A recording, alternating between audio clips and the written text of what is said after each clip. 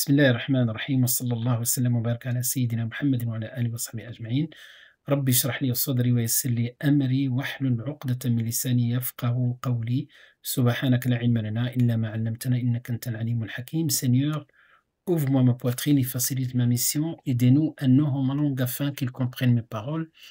Gloire à toi, nous n'avons de science que ce que tu nous as appris. Certes, c'est toi l'omniscient et le sage, mes chers frères, mes chères sœurs. Salam alaikum wa rahmatullahi ta'ala wa barakatuh. Tout d'abord, j'ai l'honneur et le plaisir de vous annoncer, alhamdulillah, la mise en place du système modulaire SM et ce système qui consiste à étudier avec assez de profondeur un module parmi les modules que vous avez déjà vus ou vous avez vu quelques introductions par rapport à ce module. Et donc voilà, le premier qui a été choisi, c'est les adages juridiques al-qawa'id al-fiqhiyya, qu'on traduit des fois par les principes juridiques. Des fois, si vous trouvez des traductions comme ça, c'est plus les principes juridiques ou les adages juridiques. À ma connaissance, jusqu'à aujourd'hui, je n'ai pas trouvé de référence, hein, donc en français. En arabe, il y a beaucoup de références, surtout dans les universités, dans le cadre des recherches, etc. Mais par contre, en français, je n'ai pas trouvé quelque chose dans ce cadre-là. C'est pourquoi, alhamdoulilah, votre édition est à sa chaîne. Nous avons mis en place ce premier, alhamdoulilah, ce premier livre sur les adages juridiques. Et entre parenthèses, j'ai marqué principes juridiques et le titre exactement, et le module en arabe, Al-Qawa'idu Al-Fiqhiyya. Autrefois, on va parler, Inch'Allah, de son histoire. Et autrefois, on l'appelle aussi, on va trouver certains livres très célèbres dans ce domaine-là, comme Al-Ashbah wa Al-Nadha'ir, comme Al-Furuq, etc., mais avec quelques nuances près, Inch'Allah, qu'on évoquera lorsqu'on va parler, Inch'Allah ta'ala, de l'évolution de cette science-là et l'histoire surtout de cette science-là. Voilà, tout d'abord, parlons un peu de cette formation. Cette formation vise à approfondir la connaissance des adages juridiques, leur importance et leur application dans le fiqh. C'est ça le plus important parce que vous avez appris on va dire des branches de le fiqh, des avis juridiques commençons par la partie purification, at-tahara, jusqu'aux transactions, hein, en passant par al-ahwal shakhsiyya, c'est-à-dire tout ce qui concerne le droit de la famille. Et donc, nous avons vu quelques exemples, on va appeler en arabe furu', des branches de le fiqh, c'est-à-dire des avis juridiques, des statuts, yajouz, la yajouz, shart, etc., qu'on a vu avant. Les adages juridiques vont nous classifier, ils vont nous aider à unifier un peu ces avis juridiques et les mettre sous forme de catégories pour mieux comprendre, voilà, donc prendre un peu de la hauteur et de voir ces classifications des avis juridiques.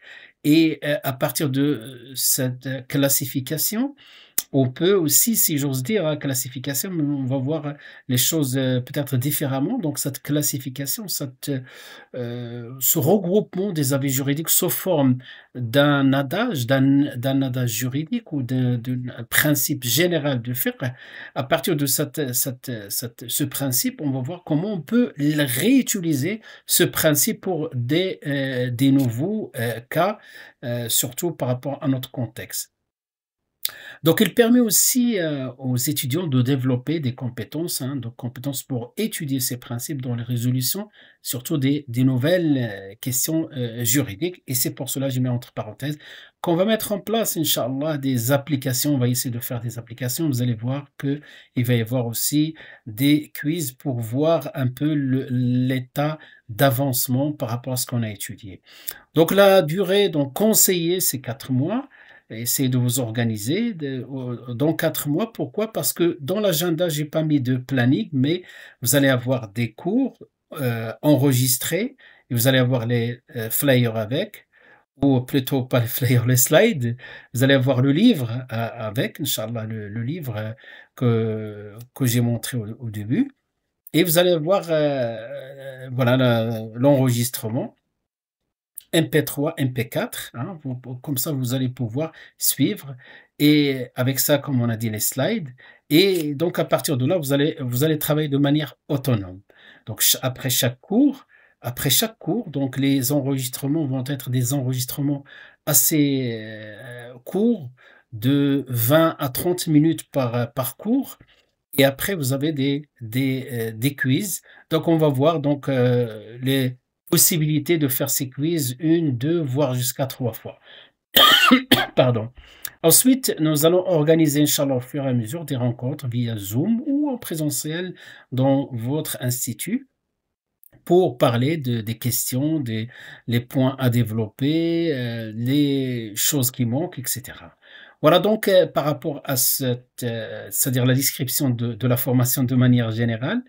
Le plan, hein, donc le plan, ce que nous allons voir, Inch'Allah, inspiré du livre, donc on va résumer, vous allez avoir plus de détails dans le livre. Donc on commence par introduire ce concept-là, qu'est-ce que yani ces adages juridiques, à partir de voilà, à partir de quelle source on a mis en place ces adages juridiques, leur place, etc. Ensuite, on va les définir, et quand on définit de deux manières, vous allez voir, Inch'Allah, soit la définition en tant qu'adage juridique, en tant que ce qu'on appelle alam, nom propre, ou bien de manière séparée. On va voir, Inch'Allah, ça. Ensuite, on va parler de l'importance de l'étude des adages juridiques. Donc, deux points qu'on va développer. Le premier point, c'est la cohérence et l'harmonie dans la pensée juridique. Très important pour voir nos savants, ils avaient ce souci-là qu'on va, Inch'Allah, essayer de le mettre en évidence, cette cohérence et l'harmonisation. Et lorsque je parlerai de ça, je vais vous présenter des livres, par exemple, de Al-Qarafi, d'autres avant lui, après lui, euh, comme Allah يثبتنا il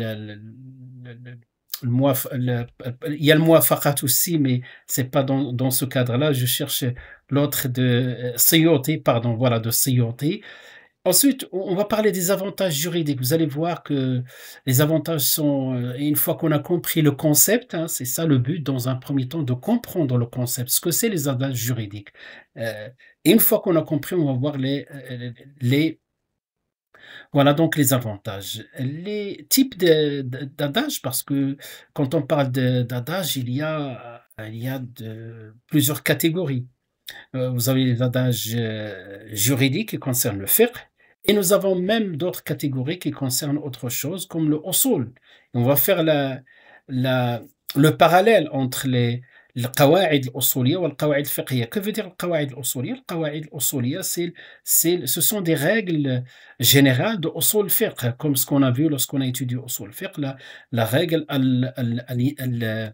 l'amr yaqtadi al-wujub, hein, donc l'amr, l'impératif, lorsque le verbe est à l'impératif implique l'obligation.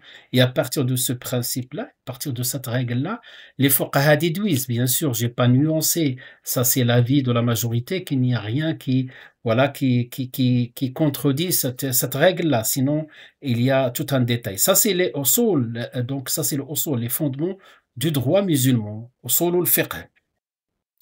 Quant au fiqh, hein, donc le fiqh, ce sont voilà, donc, des adages juridiques des règles dans lesquelles on va trouver le statut. À partir de l'adage, il y a le statut. Vous allez voir avec les exemples la signification. Donc, on a plusieurs catégories. Donc, lorsqu'on parle d'adage ou de qawaïd fiqhiyya, qawaïd usuliyya, qawaïd maqasidiyya, donc tout ça, donc nous, on va étudier al-qawaïd al-fiqhiyya et on va faire le parallèle pour mieux comprendre, pour cerner voilà, la question. Donc, puisqu'on va rester dans le qawaïd al-fiqhiyya, dans le qawaïd al-fiqhiyya, nous avons plusieurs catégories. Nous avons en fonction, donc on va voir en fonction de l'étendue de l'adage, c'est-à-dire euh, l'isti'ab. Vous avez des adages juridiques, vous allez voir. On a même, en SI1, on a parlé de quelques adages comme yaqin la yazulu bishak, le doute ne peut pas être dissipé ou bien yaqin, la certitude ne peut pas être dissipée par le doute. Et on a vu, voilà, que cette qaïda, on peut l'utiliser dans la purification, on l'utilise aussi dans la salade, on l'utilise même dans la magistrature, etc. On donnera beaucoup d'exemples, Inch'Allah, bihawlillahi ta'ala. Nous allons voir donc, c'est-à-dire quand on parle en fonction du paramètre, l'étendue, donc on va voir des qawa'id qui ne dépassent pas un chapitre, d'autres qui dépassent plusieurs chapitres de fiqh. Sachant que les chapitres, nous avons le chapitre de l'ibadat. On va faire des rappels, Inch'Allah, par rapport à ça, les ibadat, tout ce qui est ibadat, le culte, hein, donc de la purification jusqu'au hajj, d'accord? Et la partie statut de la famille, ce qu'on appelle l'ahwal shakhsiya, le statut de la famille, dans deuxième chapitre, hein.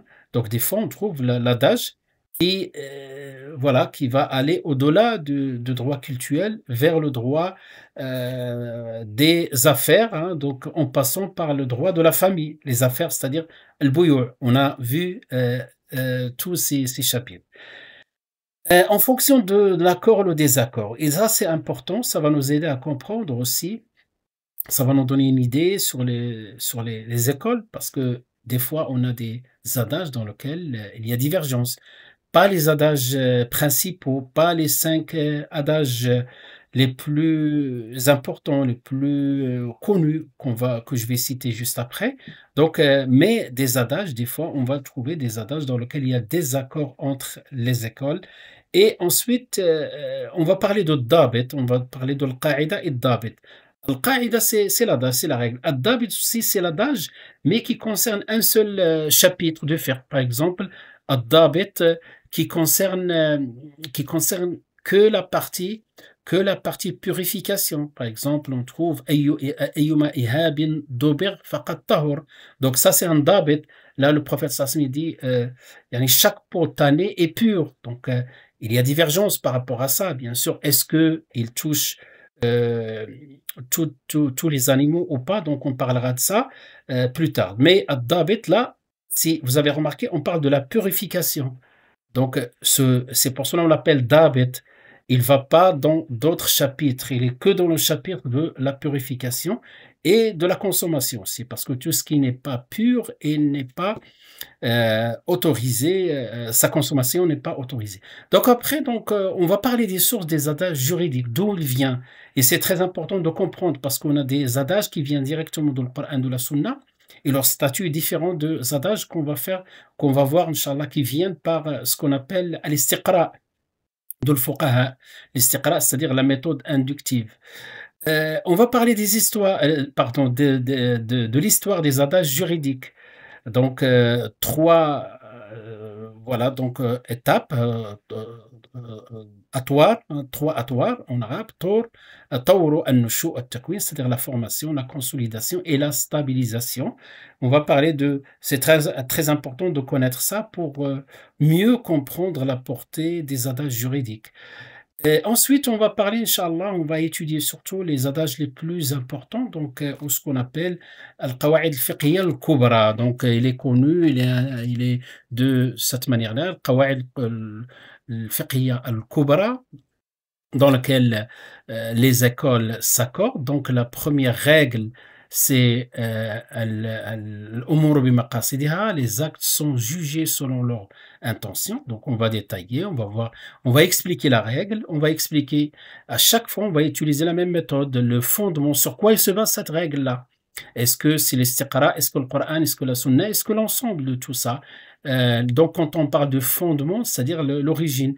Ensuite, l'explication, voilà, l'application, on va mettre en place tout un ensemble d'applications de cette règle-là, et même des fois les exceptions.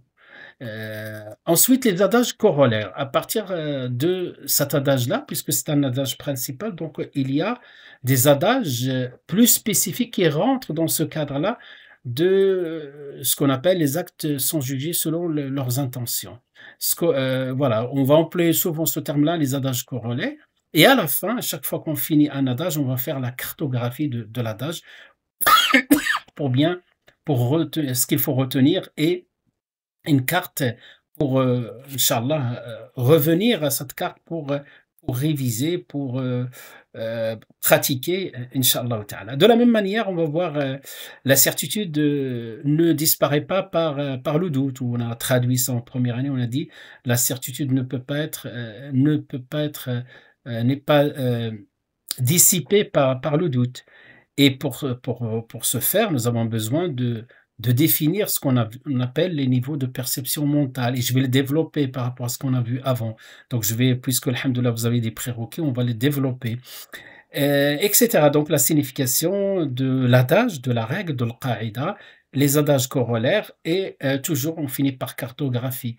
Ensuite, inch'Allah, bihawlillahi ta'ala, on va parler de cet adage troisième. Tous les adages sont très importants, et cet adage est particulier, on l'utilise beaucoup dans le rukhas. On va codifier, comprendre un peu les rukhas à partir de cet adage. Al-mashaqqatu tajlibu at-taysir, la difficulté entraîne la facilité, est traduit de plusieurs manières. Je vous apporterai maximum de traductions, inchallah. L'explication de l'adage, la preuve légale de cet adage, c'est-à-dire le fondement. Ensuite, voilà, donc on va, quand je parle codifier, quels sont les types de difficultés? Ils sont listés, le nombre est connu, et les solutions qui apportent, solutions qui apportent, ensuite les adages corollaires et la cartographie. Quatrième, pas de nuisance ni de préjudice, la darar wa la dirar, ça c'est très important, et on va voir la différence entre le mashaqqa wa darar, hein, 2 choses différentes, pour ne pas confondre. Origine de l'adage, signification du hadith, parce que c'est le seul adage, on se base directement sur le hadith. Le premier, c'est, le prophète sallallahu dit, «Innama al-a'malu binniyat», mais l'adage, on a modifié un peu pour intégrer plus, d'espace, que vous allez voir inch'Allah, plus tard. Donc, l'origine de l'adage, signification du hadith, signification et explication générale de la règle, adage corollaire et cartographie, et enfin, donc, on va arriver bihawlillahi ta'ala à la cinquième règle, voilà, ce qu'on appelle, l'usage fait loi, hein, l'usage fait loi. Donc, sa valeur, hein, la valeur de cette règle ou cet adage, l'explication, l'origine de cet adage, les conditions pour agir selon la coutume. Qu'est-ce que la coutume? Qu'est-ce que l'usage? Al-'urf, ce qu'on appelle al-'urf. Cartographie ensuite, et les adages corollaires, pardon, catégorie d'usage, hein, أنواع العرف, les adages corollaires, et ensuite la cartographie. Enfin, on va faire une conclusion, Inch'Allah, bihawlillahi ta'ala. Voilà donc grosso modo ce qu'on va voir, Inch'Allah, dans cette formation.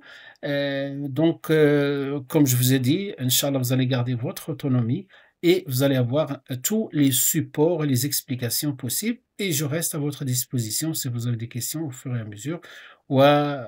Donc, avant de prier sur le prophète sallallahu alayhi wa sallam, j'espère que vous allez, Inch'Allah, vous inscrire, bihawlillahi ta'ala, à cette information, donc, à cette formation. Donc, j'en ai quelques-uns, quelques-unes, Inch'Allah, atamanna, j'espère que tout le reste va nous rejoindre dans cette formation. Ensuite, pour information, je vais lancer en parallèle aussi le deuxième module, que, alhamdoulilah, beaucoup parmi vous qui ont donné une préférence, qui est, les sciences du Coran et les fondements de tafsir. Wa sallallahu wa sallam wa baraka ala sayyidina Muhammadin wa ala alihi wa sahbihi ajma'in. Walhamdulillahi rabbil alamin. Wassalamu alaikum wa rahmatullahi ta'ala wa barakatuh.